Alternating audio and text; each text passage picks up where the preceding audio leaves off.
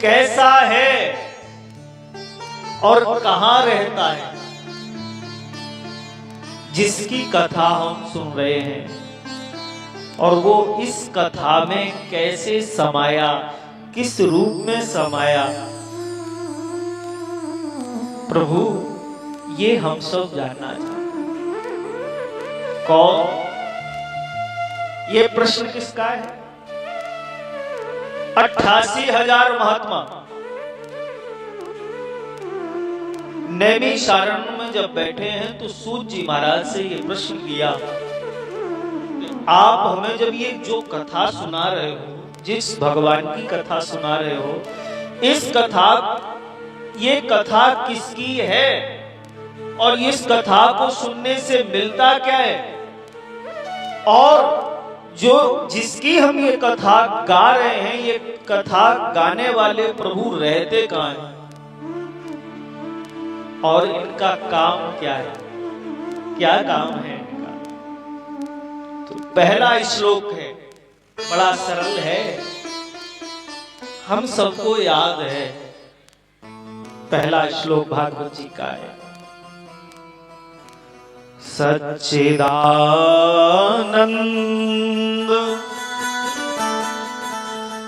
रूपाय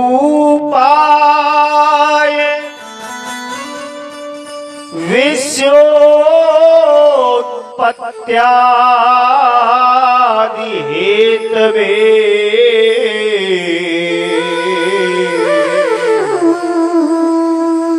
वृत्तापत्र विनाशाय श्री कृष्णाय वयं नमः। श्लोक देखिए कितना सरल है, कितना सहज है, और एक ही श्लोक में ये लगता है कि पूरी भागवत जी का सार इसी श्लोक में ही रख दिया। हाँ देखो तो सही, लगता है कि नहीं लगता है? अच्छा, हम जिसकी कथा सुन रहे हैं वो कैसा है? बोले सच्चिदानंद रूपाय, सच्चिदानंद रूपाय। अच्छा, सच्चिदानंद की संधि करिए आप तो 3 शब्दों में टूटेगा। कितने में? सत धन चित धन आनंद। अच्छा, भगवान का रूप कैसा है? सत्य है। अच्छा, रहता कहां है? चित्त में। चित्त माने हृदय में। अच्छा, जब हृदय में भगवान का रूप रहेगा तो क्या करेगा? आनंद। क्या करेगा? आनंद। मतलब सीधी सीधी भाषा में कह लूं कि सुख देगा तुम्हें। अच्छा, संसार में आपको क्या लगता है, इस संसार में सत्य क्या है? मेरे माँ, मेरे भैया, एक बात मैं आप सबसे पूछता हूं, भादाकुर वासियों से पूछता हूं, सच्ची सच्ची बताना, इस संसार में सत्य क्या है? कुछ सत्य लगता है तुम्हें? जिस माइक में हम बोल रहे हैं क्या ये सत्य है, ये बना रहेगा? नहीं, मिट जाएगा एक दिन। अच्छा, जहां हम जिस पंडाल में बैठे हैं क्या ये बना ही रहेगा? नहीं बना रहेगा। ये घर, मकान, गाड़ी, घोड़ा, दुकान, ये क्या है? ये सत्य नहीं है। जिसके लिए हम दिन रात दौड़ते हैं, 24 घंटे भागते हैं, ये मेरा है, ये मेरा है, ये मेरा है, ये मेरा है। कभी कल्पना की है ये तुम्हारा नहीं है, ये तुम्हें दिया गया है और कुछ समय के लिए दिया गया। कब छुड़ा लिया जाएगा किसी को पता नहीं है, कोई नहीं जानता। कब छुड़ाया जाएगा कोई नहीं जानता। तो सत्य क्या है? अच्छा, हम आपसे ही पूछ लें, इस संसार में सत्य क्या है? इन आंखों के द्वारा संसार में जो भी तुम देख रहे हो सब असत्य है, सब असत्य है, एक ना एक दिन नष्ट होने वाला है। लेकिन मेरी माँ में एक बात कहता हूं, सत्य क्या है? बाबा गोस्वामी जी ने बड़ी सरल चौपाई में लिखा है। क्या लिखा है? संसार में सत्य क्या है? अरे उमा कहूँ मैं अनुभव अपना, उमा कहूँ मैं अनुभव अपना, उमा कहूँ मैं अनुभव अपना, उमा कहूँ मैं अनुभव अपना, उमा कहूँ मैं अनुभव अपना, उमा कहूँ मैं अनुभव अपना, और सत्य हरि भजन जगत सब सपना, सत्य हरि भजन जगत सब सपना, सत्य हरि भजन जगत सब सपना, सत्य हरि भजन जगत सब सपना,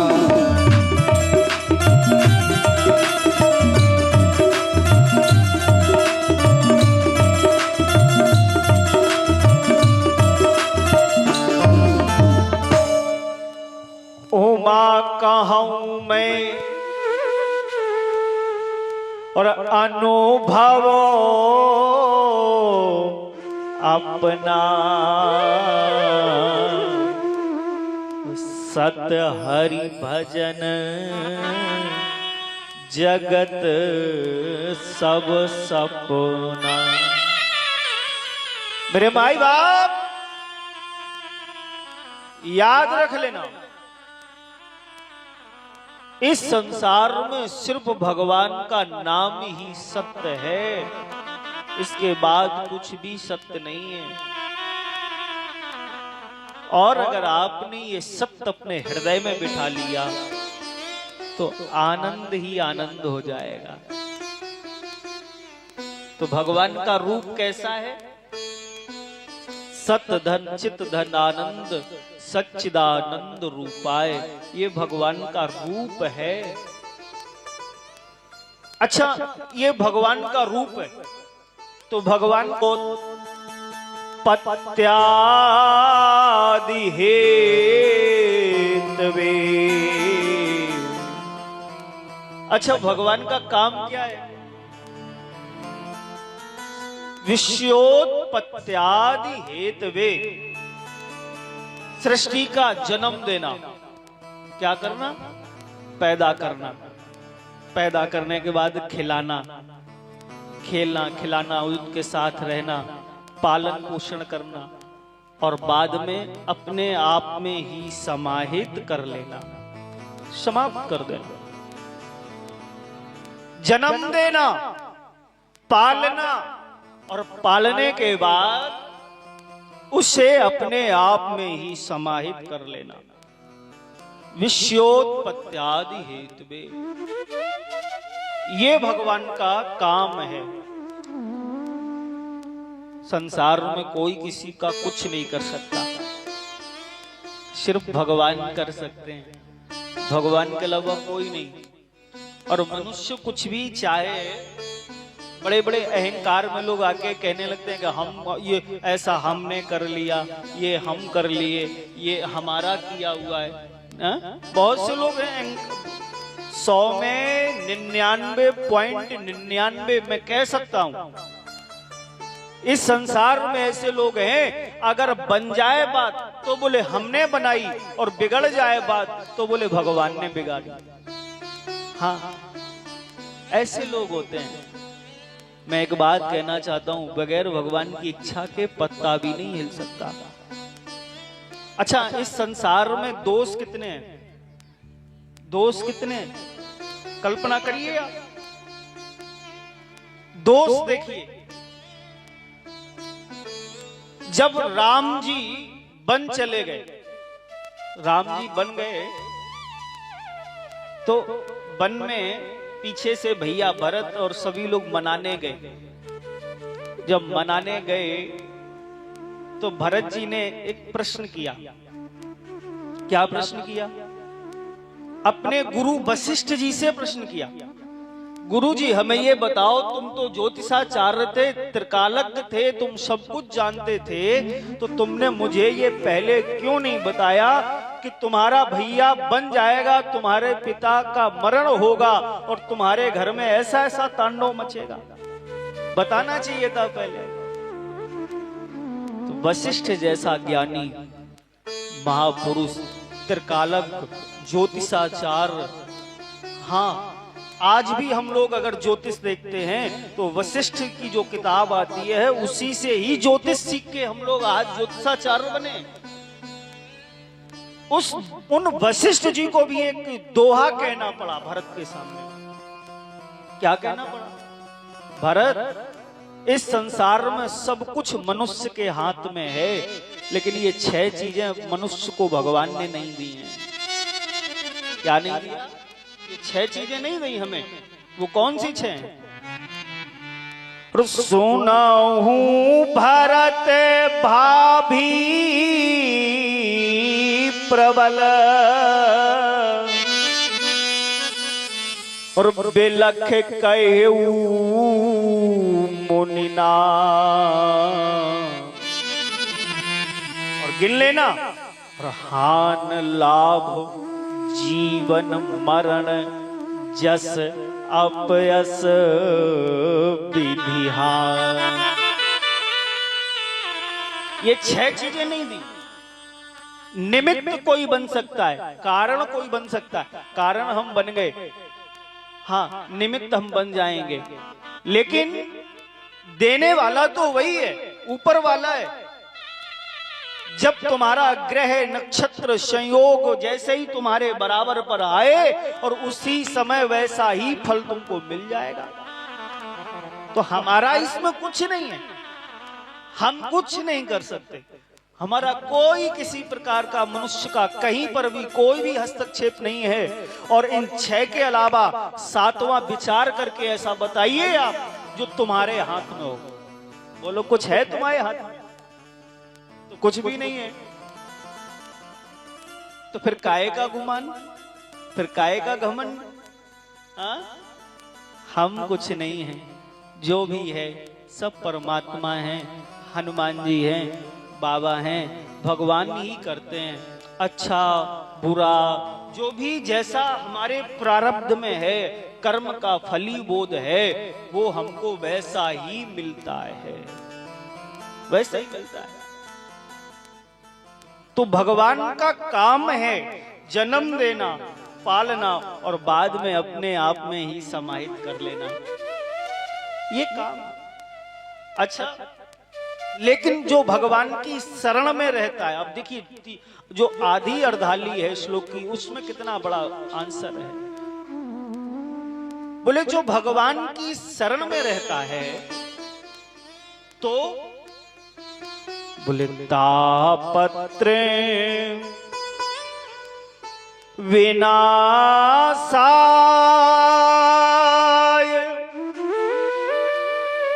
और श्री कृष्णाय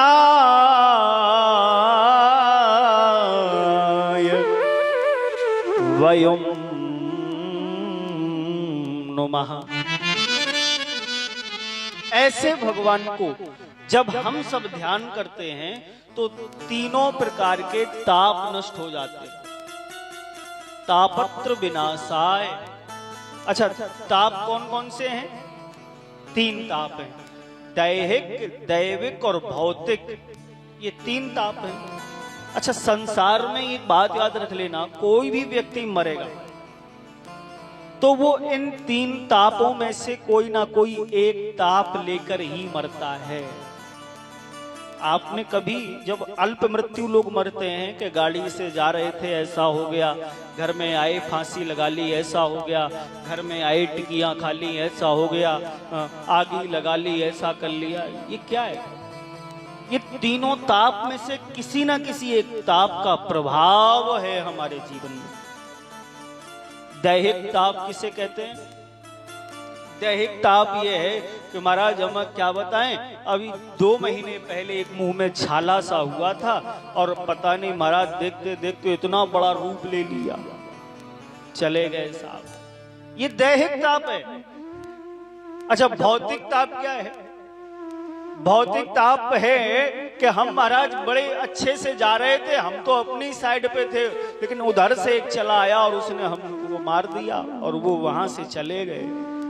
महाराज फ्रिज में गए थे और फ्रिज को हमने खोला, उसमें करंट आ रहा था और उसी के द्वारा वो चले गए।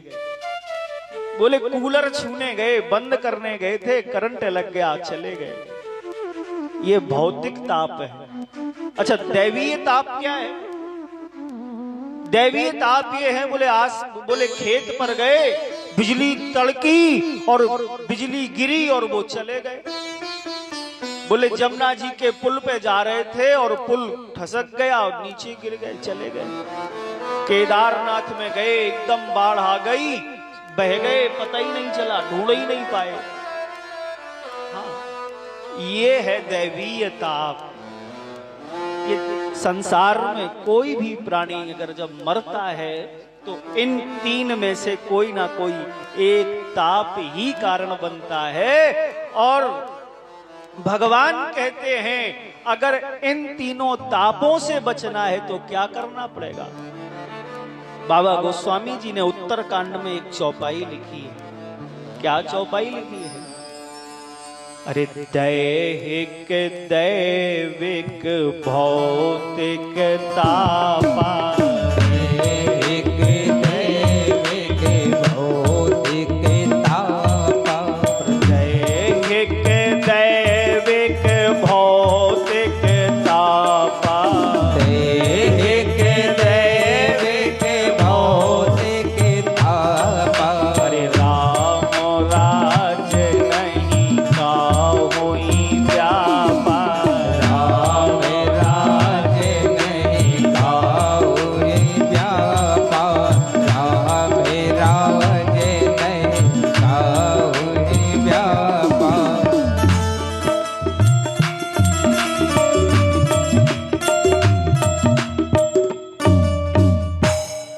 दैहिक दैविक भौतिक तापा,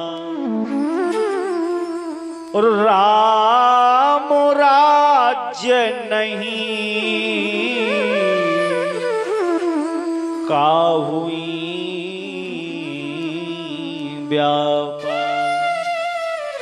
दैहिक दैविक भौतिक तापा, राम राज्य नहीं काहुई व्यापा, अल्प मृत्यु नहीं कबन्यू पीरा, और सब सुंदर सब बिरुज शरीरा। तीनों प्रकार के ताप नष्ट हो जाते हैं जब हम भगवान की शरण में जाते हैं। तो मेरी माँ को तीनों प्रकार के ताप नष्ट हो जाते हैं। तो ऐसे भगवान कृष्ण को श्री कृष्णाय वयम् नुमः, ऐसे भगवान को हम सब मिलकर के, भदाकुर वासी मिलकर के, सभी हमारे परीक्षित जी के परिवार के सभी सदस्य, गांव वाले, पूरा परिवार समेत मिलकर के ऐसे भगवान को कोटि कोटि प्रणाम करता है, कोटि कोटि प्रणाम करता है। ये है भागवत जी की कथा, ये है स्वरूप। तो कहने का मतलब ये है कि बड़े भाग्य से ही हमको ये भगवान की कथा मिलती है। और जब तक हमारे जन्म जन्म के पुण्य उदय नहीं होंगे तब तक हमें भगवान की कथा कभी सुनने को मिल नहीं सकती है। चाहे लाख प्रयास कर ले, लाख प्रयास कर लो, कथा नहीं मिल सकती है, कभी नहीं मिल सकती। सूत जी महाराज 88,000 महात्माओं में सौनक जी महाराज जो प्रधान श्रोता बनकर के बैठे हैं ना, उनको कथा सुना रहे हैं। उसी प्रसंग में जब ऋषियों ने प्रश्न किया, महाराज हमें ये बताओ, ये सप्ताह ज्ञान यज्ञ की कथा कब से प्रारंभ हुई, कब से प्रारंभ हुई, और ये कथा पहली बार कब और किसने कैसे सुनी, किसने सुनी महाराज? हमको जरा ये भी बड़े विस्तार से बताइए महाराज। ये कथा बड़े भाग्य से मिलती है ना, और ये कथा पहले और सब कैसे, कब और किसको मिली? तो सूत जी महाराज कहने लगे, ऋषियों, ये कथा कब और कैसे मिली? और एकदा ही विशालायाम चत्वार और ऋषयो मलहा और सत्संगार्थम समायाता दद्रसूत्र नारदम। महाराज, एक समय की बात है, बद्री नारायण धाम में सौनकादिक ऋषियों से कहा, सूत जी कहते हैं महाराज, बद्री नारायण में ब्रह्मा जी के मानसी बेटा सनक सनंदन सनातन सनत कुमार चारों भैया सत्संग करने की इच्छा से बद्री नारायण में पहुंच गए। लेकिन अब सत्संग करें तो करें किससे, कहां करें? हम कोई समझ में नहीं आ रहा किससे करें। तभी क्या देखा, आज सामने से नारद जी चले आ रहे हैं। कौन आ रहा है? नारद जी आ रहे हैं। नारद जी का चेहरा उतरा हुआ है, उदास है चेहरा, चेहरे में कांति नहीं है। चारों भाइयों ने नारद को देखा तो नारद जी से पूछा, अरे नारद, बात क्या है? तुम्हारे चेहरे की कांति कहां गई है? क्या बात है? तुम दुखी लग रहे हो, उदास लग रहे हो, कारण क्या है? कुछ सदमा है या बीमारी है या क्रोध से मन मस्तक लाया है, जाने क्यों मेरा मन ये कहता है, तुम्हारा मन भी इस संसार में समाया है। अरे नारद, क्या बात है? तुम इतने चिंतित लग रहे हो, कारण तो बताओ अपना हमें, कारण बताइए हमें, तुम्हारा कारण क्या है? इस दुखी होने का कारण क्या है? अपने दुख का कारण बताइए हम। नारद जी ने देखा चारों भाइयों को, हमारे अग्रज हैं, बड़े भैया हैं, साष्टांग प्रणाम किया है। चारों भाइयों को नारद जी ने प्रणाम किया। सूत जी महाराज कहते हैं प्रणाम किया और प्रणाम करके कहने लगे, नारद भैया, मैं इस संसार में सत्संग करने की इच्छा से जब इस मृत्यु लोक में आया तो इस मृत्यु लोक की जो दशा और स्थिति को हमने देखा है, बस मेरा मन वहीं से विक्षुब्ध हो गया, उदास हो गया। पुष्करम, सूत जी कह रहे हैं पुष्कर, पुष्करम चा प्रयागम च काशीम गोदावरीम तथा और हरि क्षेत्रम कुरुक्षेत्रम श्रीरंगम सेतुबंधनम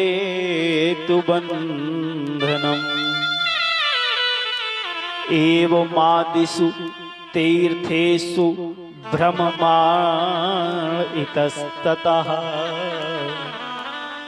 महाराज, मैं सत्संग करने की इच्छा से जब इस मृत्यु लोक में आया तो मैं हर जगह गया। कहां गए?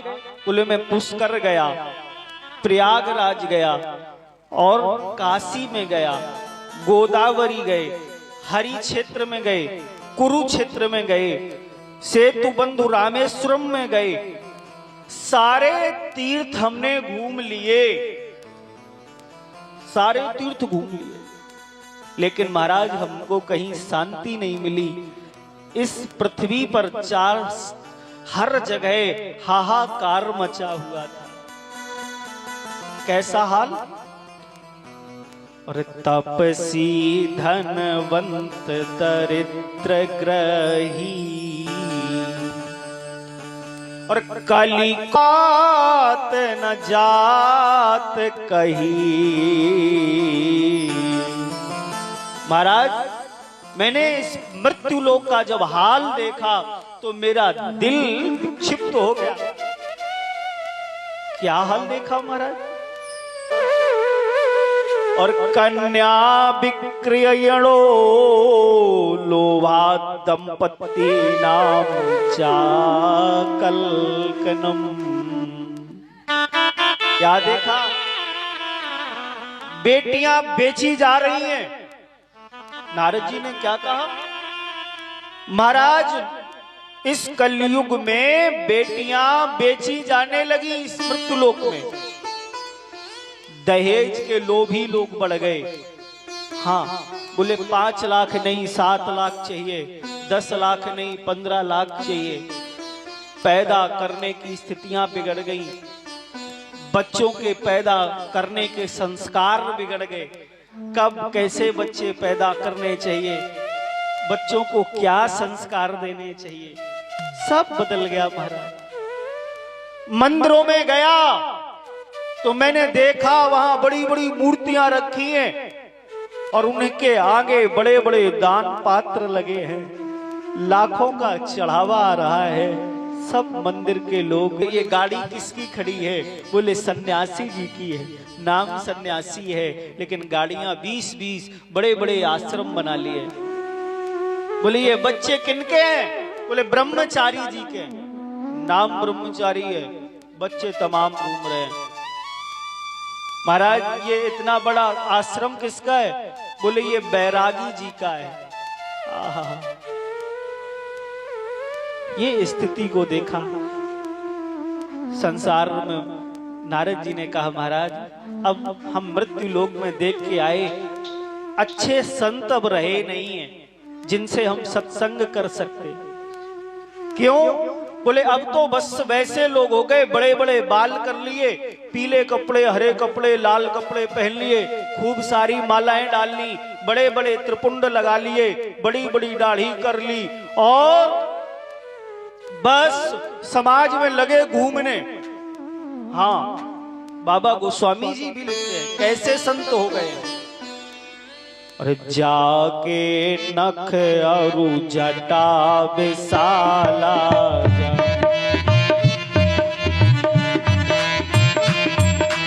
जाके नखु सिरो जटा विशाला, जाके नख सिर जटा विशाला, तापस कली काल कराला, तापस कली काल कराला।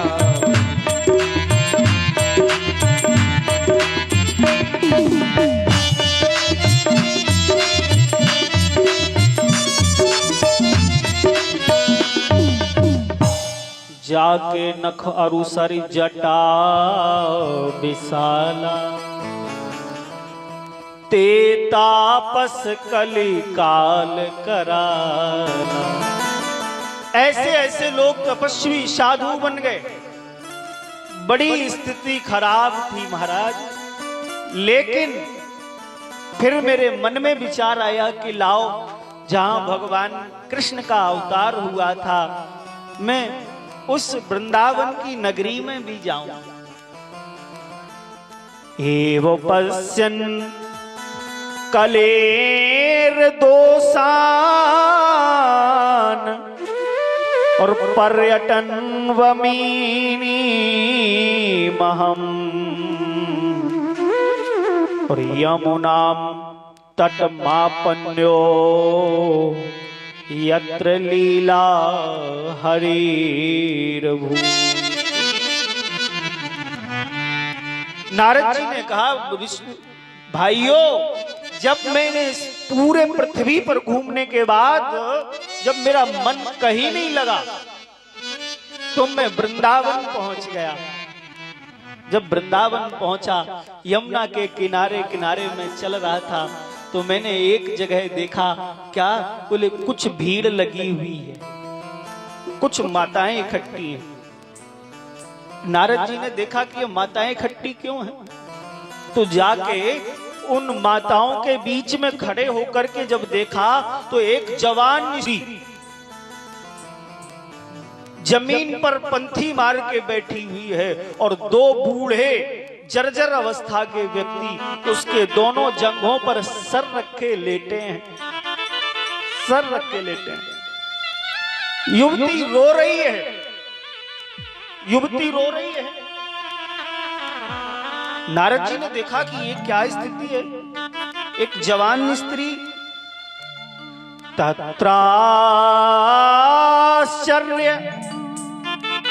आश्चर्य हो गया कि ये क्या हम देख रहे हैं। मया दृष्टम और श्रूयताम तन्मुनीश्वरः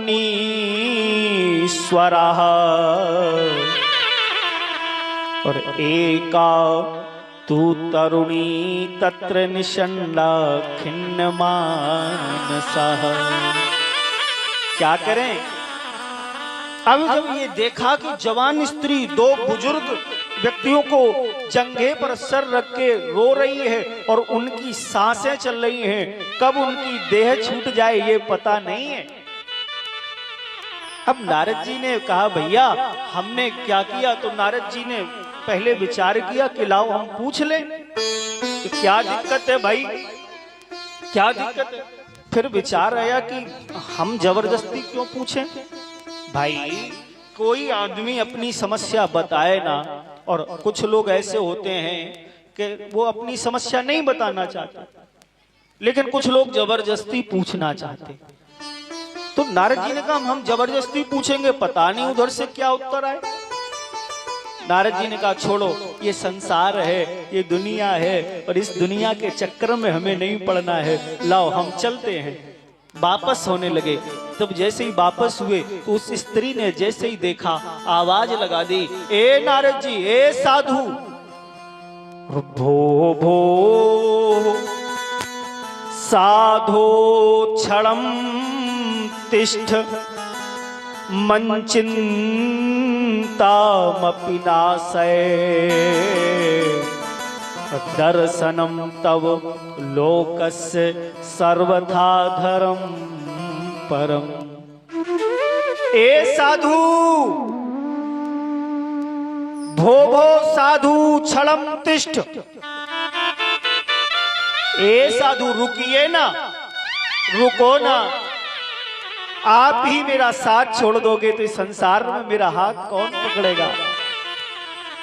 बात सत्य है।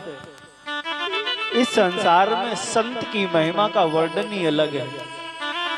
हाँ, सारे दुनिया के जब तुम्हारे लोग तुम्हें छोड़ के जाने लगे, जब तुम्हारे ही तुम्हें छोड़ दें, तुम्हें ताना मारने लगे, तुम्हारे काम के ना रहे, तब तुम जाकर किसी सच्चे संत के चरण पकड़ लेना।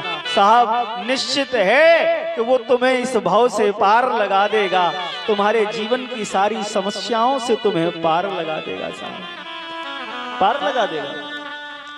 साधु संत हुआ, संत का क्या काम है? संत हृदय नवनीत समाना, लागी दया कोमल चित संता। तो संत का काम है महाराज, हम दुखी हैं, हमारा कुछ निवारण करो। अब नारद जी रुक गए, बोले अब इसने तो रोक ही दिया है, अब पूछ ले कौन हो। नारद जी ने पूछा, देवी तुम कौन हो? और इन दोनों, ये जो तुम्हारे जंघे पर सर रख के लेटे हैं, ये कौन है? इसका कारण क्या है? क्या कारण है? तब उस नारी ने वृंदावन में अपना वर्णन दिया है। सूत जी महाराज सौनकादिक ऋषियों से कहते हैं, वो स्त्री बोलती है, क्या बोलती है? अहम भक्ति ख्याता एमऊ और मैं तनयो मतऊ और ज्ञान वैराग्य ना मानो काल योगेन जर्जरौ। महाराज हम भक्ति है। कौन है? हम भक्ति है। अहम भक्ति रीति, हम भक्ति हैं। और ख्याता एमऊ में तनयो मतऊ, और ये हमारे दोनों बेटे हैं। हाँ, कौन बेटे?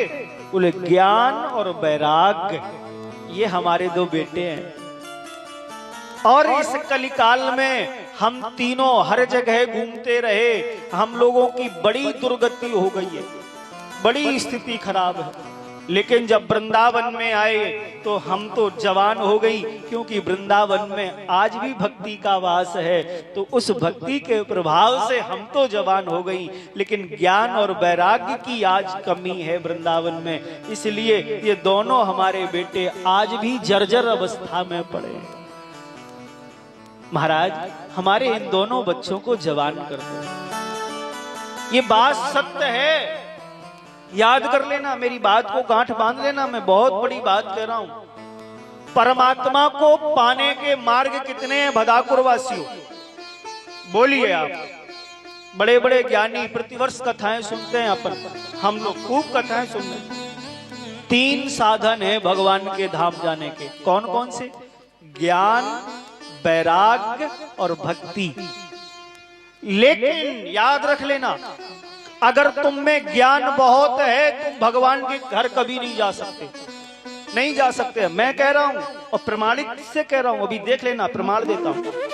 आप कितने बड़े बैरागी हैं, घर छोड़ दिया, परिवार छोड़ दिया और सब कुछ छोड़ दिया, खेती पाती, और आप सोचे हमारा कल्याण हो जाएगा। नहीं होगा। मैं कहता हूं, इस पीठ से कह रहा हूं, नहीं हो सकता। ये भागवत जी कह रही है। क्यों नहीं हो सकता? कारण है, ज्ञान वैराग्य भक्ति के बेटा है। जब तक तुम मां के शरण में नहीं जाओगे, तब तक ज्ञान वैराग्य कैसे मिल सकते हैं? मिल सकते हैं? नहीं मिल सकते। अच्छा, यहां से नहीं समझ में आया होगा आपको भी, नहीं आया समझ में? अब समझो। अच्छा, रामायण से समझ लीजिएगा। रामायण तो सब लोग पढ़ते हैं, सबके घर में। अच्छा, रावण को कौन नहीं जानता? सब जानते होंगे रावण को। रावण को जानते हैं? हाँ। अच्छा, रावण कैसा था बोलो? ज्ञानी था कि नहीं था? परम विद्वान, परम ज्ञानी, जो ये जानता था हुई है भजन न तामस देहा और मन क्रम वचन मंत्र दृढ़। हमसे भजन नहीं होगा, पूजन नहीं होगा। तो लंका में ज्ञान था, लंका में ज्ञान था, लेकिन वैराग्य और भक्ति नहीं थी। अच्छा, रामायण में राम जी को ज्ञान और लक्ष्मण जी को वैराग्य और मैया सीता को भक्ति माना गया है। अच्छा, तो रावण ये जानता था कि ज्ञान तो हम में खूब है, हम राम को पहचानते हैं, राम को पहचानते हैं, लेकिन मेरा उद्धार नहीं होगा। तो क्या करें? बोले भक्ति को लाना पड़ेगा। क्या लाना पड़ेगा? भक्ति को। अच्छा, भक्ति कौन है? सीता मैया। अब रावण ने क्या विचार बनाया? बोले मैया जब तक नहीं आएगी तब तक काम बनेगा नहीं। तो रावण गया, मैया को प्रणाम किया। मां, अरे तुम्हें चलना होगा और तुम्हें चलना होगा, और मेरे देश को, मेरे परिवेश को तुम्हें चलना होगा, तुम्हें चलना होगा। मां, मां मैं तुम्हारा बेटा हूं, और अगर तुम नहीं गई लंका में तो हमारा और हमारे परिवार का उद्धार नहीं होगा। मां ने कहा बेटा, वो माई किस काम की जो बेटे के काम ना आ सके। मैया ने कहा बेटा तू ले चल, अच्छा, आप कल्पना करिए जिस धनुष को मैया ने बाएं हाथ से उठा दिया हो और लीपन कर दिया हो, ऐसी मैया को क्या जिस धनुष को बड़े बड़े राजा ना उठा पाए हो, रावण नहीं उठा पाया जिस धनुष को, और उस धनुष को मां ने उठा दिया, और उस मां को रावण उठा सकता था क्या? नहीं उठा सकता था। लेकिन ये मां की कृपा ही तो थी ना, बेटा ले चल तू, और जब मां पहुंच जाएगी तो पीछे से तुम्हारा पिता दौड़ा दौड़ा चला ही आएगा, अपने आप आ जाएगा। हाँ। रावण लेके गया मैया को, अशोक वाटिका में रख दिया, बिठा दिया, मिलने गया, मां से मिलने गया। मेरी मां से हाथ जोड़ के बड़े गुस्से में कहता है, एक बार बिलोक ममोरा। क्या कह रहा है? देखिए बड़ी गहन शब्द है ये। बिलोकना किसे कहते हो? बिलोकना का मतलब है कृपा की दृष्टि से देखना। मां, ऐ सीते मुझे एक बार देख लो। मैया जानकी ने कहा, बेटा तू भूल गया, अब हम तुम्हें नहीं देख सकते हैं। क्यों? तो तृणधर ओट कहत वैदेही। ऐ रावण, क्यों? जानती थी मैया अगर मैंने देख लिया तो ये अभी भस्म हो जाएगा जल के, इसलिए तिनके की ओट लेकर के कहा, अरे रुको, अभी कुछ दिन की बात है, अभी हमारे पति प्रभु रामचंद्र आते होंगे, वो तुम्हें आकर के देखेंगे। रावण मान गया, मां ठीक है। जब मैया भक्ति पहुंच गई, मैया सीता पहुंच गई, तो पीछे से ज्ञान और वैराग्य भटकते हुए, ठोकरें खाते हुए, दर दर की ठोकरें और रो रो कर आंखें लाल करते हुए लंका में पहुंचते हैं और रावण का उद्धार करते हैं, उद्धार करते हैं। ये है भक्ति में पावर। तो हम आपसे एक बात कहना चाहते हैं, तुम ज्ञानी कितने हो डजंट मैटर, कोई मतलब नहीं हमें। आपने कितने श्लोक याद कर लिए हमें मतलब नहीं है। आप कितने बड़े बैरागी हो, फक्कड़ हो, सन्यासी हो, क्या है मुझे मतलब नहीं है। अगर आपके हृदय में भक्ति नहीं है, निर्मल मन नहीं है, तो याद रख लेना तुम कभी परमात्मा को पा नहीं सकते हो। भक्ति के बगैर भाव बनेगा नहीं, मन निर्मल होगा नहीं, और मन निर्मल नहीं होगा तो जीवन में कभी परमात्मा को नहीं पा सकते हो। बड़े बड़े साधु, बड़े बड़े योगी समा गए, इसी धरा में विलिप्त हो गए, लेकिन परमात्मा को नहीं पा सके। लेकिन किसने पाया? मीरा जैसी एक नारी जिसने कभी भी भगवान को ध्यान न दिया हो, उसने परमात्मा को पाया। गजका, गढ़का, विदुरानी जैसी महिला, जो शिवरी जैसी महिलाएं जिनको ज्ञान का बोध नहीं था और उन्होंने भी परमात्मा को पा लिया है। इसलिए मैं कहता हूं हमेशा, परमात्मा को पाना है, भक्ति को पाना है, तो मन कैसा रखना पड़ेगा? बाबा गोस्वामी जी लिखते हैं क्या? निर्मल मन जन। बाबा गोस्वामी जी ने बड़ा सुंदर भाव दिया है। ओ निर्मल मन जन और सो मोहि पावा, मोहि कपट छल छिद्र न भावा। मोहि कपट छल छिद्र न भावा। मोहि कपट छल छिद्र न भावा। मोहि कपट छल छिद्र न भावा।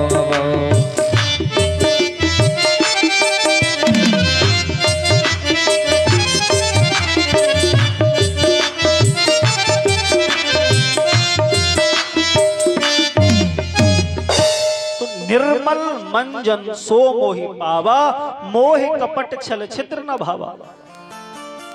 तो बगैर भक्ति के कल्याण नहीं है। अब नारद जी ने क्या किया? खूब गीता सुनाई, सब कुछ सुनाए, सब वेद सुना डाले, सब कुछ सुना दिया, लेकिन सब पुराण सुना दिए, लेकिन कुछ चेतना तो आती है, लेकिन उठते नहीं है। क्या करें? आकाशवाणी हुई, ऐ नारद, अगर तुम इन दोनों ज्ञान और वैराग्य को प्रौढ़ करना चाहते हो तो जाओ इस संसार में किसी संत की शरण में जाओ, वो तुम्हें ज्ञान देगा, तब तुम्हारा उद्धार, तब इन ज्ञान और वैराग्य का उद्धार कर सकेंगे। नारद जी वहां से चल दिए। अब नारद जी ने कहा भैया हम इस संसार में भटकते भटकते आ तो गए, लेकिन अब हम क्या करें जिससे कि ज्ञान वैराग्य प्रौढ़ हो जाए। तब चारों भाइयों ने कहा नारद अब तुम्हें भटकने का कोई भी तुम्हें किसी भी तरीके का जरूरत नहीं है, जाओ अब तुम्हारा उद्धार, ज्ञान और वैराग्य का उद्धार हो जाएगा। इसका कारण हम तुम्हें बताते हैं, चलो आओ। तो आज कहा जो भगवान की ये भागवत जी की कथा है, बांगमयी प्रतिमूर्ति की कथा है, जिसमें स्वयं भगवान कृष्ण आके उस भागवत जी के ग्रंथ में समाहित हुए हैं। यही कथा साप्ताहिक कथा को हम सब लोग करते हैं। तो कहाँ करेंगे? बोले बद्रीनाथ में तो बड़ी ठंड है, काम नहीं बनेगा, श्रोता नहीं आ पाएंगे। तो बोले आइए हम सब थोड़ा नीचे चलते हैं। तो हरिद्वार में कनखल मर आकर के वहां भागवत जी का आयोजन रखा, बड़े सुंदर विधि विधान से आयोजन रखा। तो चारों तरफ घोषणा हो गई, सारे ऋषि मुनि सप्त ऋषि सब इकट्ठे हो गए और चारों भैया व्यास पीठ पर व्यास का रूप धारण करके बैठ गए। व्यासाय विष्णु रूपाय, व्यास का रूप भगवान विष्णु के समान होता है जब तक वो व्यास पीठ पर बैठा हो। चारों भैया व्यास पीठ पर बैठ गए। नारद जी मुख्य यजमान बनकर के, परीक्षित जी बनकर के बैठ गए। सप्ताह ज्ञान यज्ञ की कथा प्रारंभ होती है। सभी ऋषि मुनि अपने अपने वाद्य यंत्र लेकर के आ गए और कथा प्रारंभ हो गई। पहले दिन, दूसरे दिन, तीसरे दिन, चौथे दिन, पांचवें दिन, आज जैसे ही सातवें दिन आई और कथा ब्रह्मावस्था की ओर हुई और इधर जैसे ही भजन प्रारंभ हुआ तो सभी अपने अपने वाद्य यंत्र बजाने लगे। पीछे भक्ति मैया भी आ गई और अपने दोनों बेटों के समेत, जो दोनों बेटे ज्ञान और वैराग्य जो जर्जर अवस्था में थे, दोनों जवान हष्ट पुष्ट हो गए और वहीं नृत्य करके नाचने लगे। गोविंद मेरो है, गोपाल मेरो है, मेरो है, गोपाल मेरो है, गोविंद मेरो है, गोपाल मेरो है। श्री बांके बिहारी नंदलाल मेरो है, श्री बांके बिहारी नंदलाल मेरो है, श्री बांके बिहारी नंदलाल मेरो है, श्री बांके बिहारी नंदलाल मेरो है। गोविंद मेरो है, गोपाल मेरो है, गोविंद मेरो है, गोपाल मेरो है, गोविंद मेरो है, गोपाल मेरो है, गोविंद मेरो है, गोपाल मेरो है। और देखिए ये भक्ति मैया नाच रही है, ज्ञान वैराग्य नाच रहे हैं, सप्त ऋषि नाच रहे हैं, इंद्र नाच रहे हैं, नारद जी नाच रहे हैं, सारे ऋषि नाच रहे हैं, बड़ी भीड़, सब नाच रहे हैं अपने अपने वाद्य यंत्र लिए। लेकिन आप नाच नहीं सकते हो तो गुनगुना तो सकते हो मेरे भाई। हाँ, मैं ये नहीं कहता कि आप ये कह दो कि ये संसार मेरा नहीं है, संसार भी तुम्हारा। मैं मानता हूं ये संसार भी तुम्हारा, लेकिन कभी कभी सच्चे मन से, बड़ी स्पष्ट भाव से कह लिया करो। मैं कथा भर की बात नहीं कह रहा हूं, मैं आज हूं, मैं कल चला जाऊंगा, लेकिन सारे जीवन के लिए सीख देके जा रहा हूं।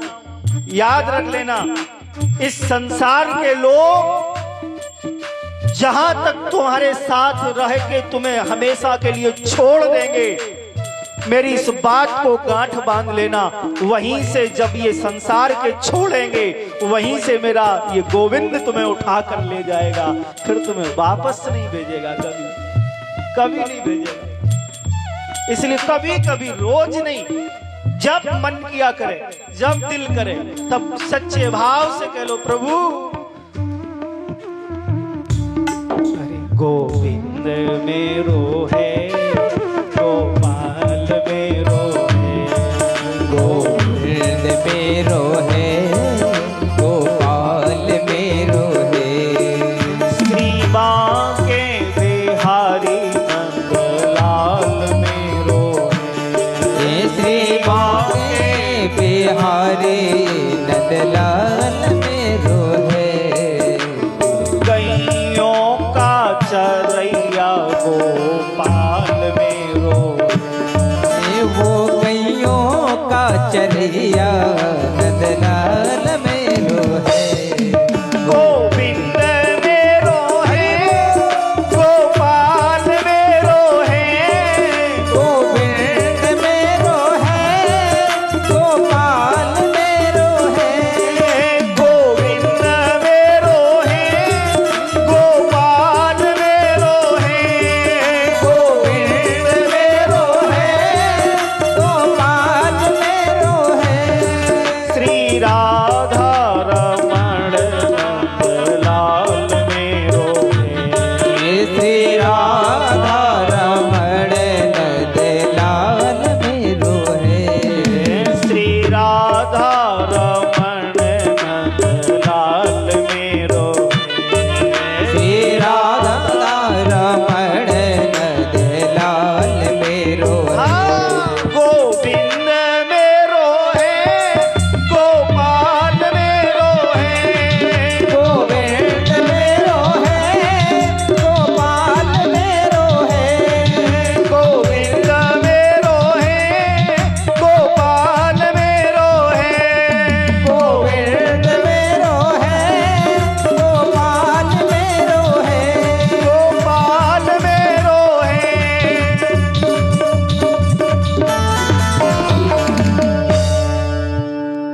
गोपाल मेरो। आज इधर भक्ति जैसे ज्ञान वैराग्य प्रौढ़ हुए, सूत जी महाराज ये सप्ताह ज्ञान यज्ञ की कथा सुनाते हैं और आगे कथा का क्रम बताया है। कथा वक्ता और कथा श्रोता और कथा के यजमान परीक्षित का क्या नियम होता है, कैसा नियम होता है, इस विषय में भी सूत जी महाराज ने व्याख्यान किया है। शौनकादिक ऋषियों को बताया ये भागवत जी की कथा ऐसी कथा है जो बड़े भाग्य से मिलती है, बड़े भाग्य से हम करा पाते हैं। इस कथा को हमको ऐसे कराना चाहिए कि जैसे कि हम अपनी पुत्री का विवाह कर रहे हो। कैसे? जैसे हम अपनी पुत्री के विवाह में व्यवस्था बनाते हैं, टेंट लगाते हैं, भोजन बनवाते हैं, का सारी व्यवस्थाएं देखते हैं, सुंदरता, साफ सफाई और सब कौन अतिथि हैं सबको देख रेख करना। जैसे बेटी का विवाह करते हैं ऋषियों, उसी प्रकार से ही हमको ये भागवत जी की कथा करानी चाहिए। कथा सुनने के नियम बताए हैं, भोजन का विषय बताया। वैसे तो भोजन करना ही नहीं चाहिए, सिर्फ फल फूल पर रहे, लेकिन स्थिति ठीक नहीं है तो एक टाइम भोजन कर सकता है। एक टाइम भोजन करे और एक टाइम फलाहार की व्यवस्था को रखे। अब उसमें भी अगर सामर्थ्य नहीं है, अगर भाई शरीर साथ नहीं देता है, तो उसके लिए दोनों टाइम का ही भोजन ठीक है कि दोनों टाइम अपना भोजन करे और विधिवत तरीके से हल्का भोजन करे, जिससे कि कथा में बैठने पर नींद ना आवे। नहीं, हमने एक चीज देखा है, मैं दुनिया में घूम रहा हूँ तो देखता हूँ सबसे अच्छी नींद कथाई में आती है। हाँ, बड़ी जमाई आती हैं, बड़ी नींद आती है, बड़ी देह टूटती है। हम देखते रहते हैं कि इधर हाथ, कभी उधर पांव, कभी ये मुंह खुल जाता है एकदम ऐसा। बड़ी ऐसा भोजन मत करिए जिससे कि आपको नींद, आलस्य इत्यादि आवे। अच्छा भोजन करिए। और परीक्षित के ये धर्म है कि क्षौर कर्म क्रिया आदि नहीं कर सकते हैं, दाढ़ी वगैरह जब तक तुम्हारी कथा का जो अनुष्ठान पूरा नहीं होता है तब तक आप दाढ़ी वगैरह बाल वगैरह नहीं बनवा सकते हैं बिल्कुल। और प्रयास ये रहता है कि जमीन पर सोने का प्रावधान है, नई जमीन की व्यवस्था है तो आप तखत पर सो सकते हैं और बढ़िया सबकी देख रेख रखें। ये परीक्षित का धर्म है। कथा यजमान के स्वरूप में जब आप बैठे हैं, परीक्षित का रूप धारण किया है, तो आने जाने वाले सभी लोगों का ध्यान रखें। कौन आया कौन गया, सबको भोजन पानी की व्यवस्था करें। जो व्यास के रूप में जिसको आपने वर्ण किया है, व्यासाय विष्णु रूपाय, उसको आप विष्णु भगवान का स्वरूप मान करके उस 7 दिन 8 दिन तक की सेवा को उस रूप के सहित परिवार के समेत सेवा करनी चाहिए। और बड़े ही सात्विक तरीके से हमको 7 दिन मन लगा करके कथा सुननी चाहिए। काम, क्रोध, लोभ, मोह, मद और मत्सर, ये 6 विकार हैं। इन 6 विकारों को कुछ दिन के लिए अपने मन जो रूपी घर से निकाल के बाहर टांग देना चाहिए। अगर मन से कथा सुनी तो 7 दिन के बाद ये फिर वापस नहीं आते। तो ये कथा का पहला दिन है। हमारे अच्युतम बाबू बालाजी की ओर से, बाला सरकार के उपलक्ष्य में ये भगवान की पावनमयी कथा का आयोजन रखा गया है। हमारे परीक्षित जी और इनके परिवार के सभी भैया और भतीजे और पुत्र और सभी बहुओं ने मिलकर के ये इतनी सुंदर और भव्य व्यवस्था को रखा है। तो ये मेरा भी दूसरी वर्ष, पिछली वर्ष भी आया था और भगवान की ऐसी कृपा हुई कि इस वर्ष फिर बुला लिया। ये सब भगवान की महिमाएं, हमारी तो कोई हस्ती नहीं है, उनकी कृपा हुई हम फिर आ गए आपको कथा सुनाने के लिए। तो आज ये पहला दिन था, कल से 6 दिन अभी शेष और बचे हैं। आइए 6 दिन हम सब लोग बहुत मन लगा करके कथा को सुनेंगे। आध्यात्मिक और भावात्मक तरीके की कथाएं हम आपको सुनाने का प्रयास करेंगे। पूरी ईमानदारी से जितना भी है वो हम सब आपको परोसने का प्रयास करेंगे, बांटने का प्रयास करेंगे। बस सामर्थ्य आपकी है कि आप कितना रख पाते हैं अपने पास। आइए, तो कल कथा का जो समय है ठीक 1 बजे से 5 बजे तक कथा का समय रखा गया है। तो अपने समयानुसार ठीक 1 बजे कथा पंडाल में उपस्थित हों और 1 से 5 के बीच में कथा सुनेंगे। 6 बजने वाले हुए हैं। आज तो हम सोच रहे थे 10-20 मिनट ही कथा कहेंगे, लेकिन टाइम बढ़ता गया, समझ में नहीं आया। कोई बात नहीं है, तो कल से अपने टाइम पर कथा में उपस्थित होते हैं। आइए अपने अपने स्थान पर खड़े हो जाएं। आरती और प्रसाद लेकर ही घर जाएंगे, बगैर आरती और प्रसाद के कोई नहीं जाएगा। हाँ, श्री हरि श्री हरि। हेलो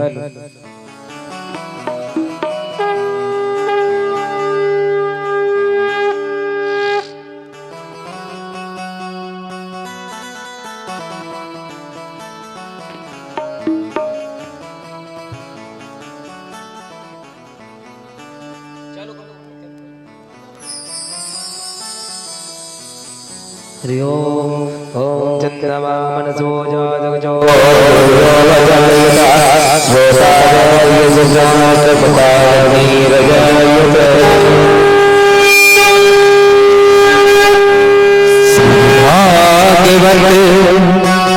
भगवान की है आरती, पापियों को पाप से है तारती। भगवान की है आरती, पापियों को पाप से है तारती। भगवान की है आरती, पापियों को पाप से है तारती। ये अमर ग्रंथ, ये मुक्ति पंथ, पंचम वेद राजा, ज्योति जगाने आया। ये अमर ग्रंथ, ये मुक्ति पंथ, पंचम वेद राजा,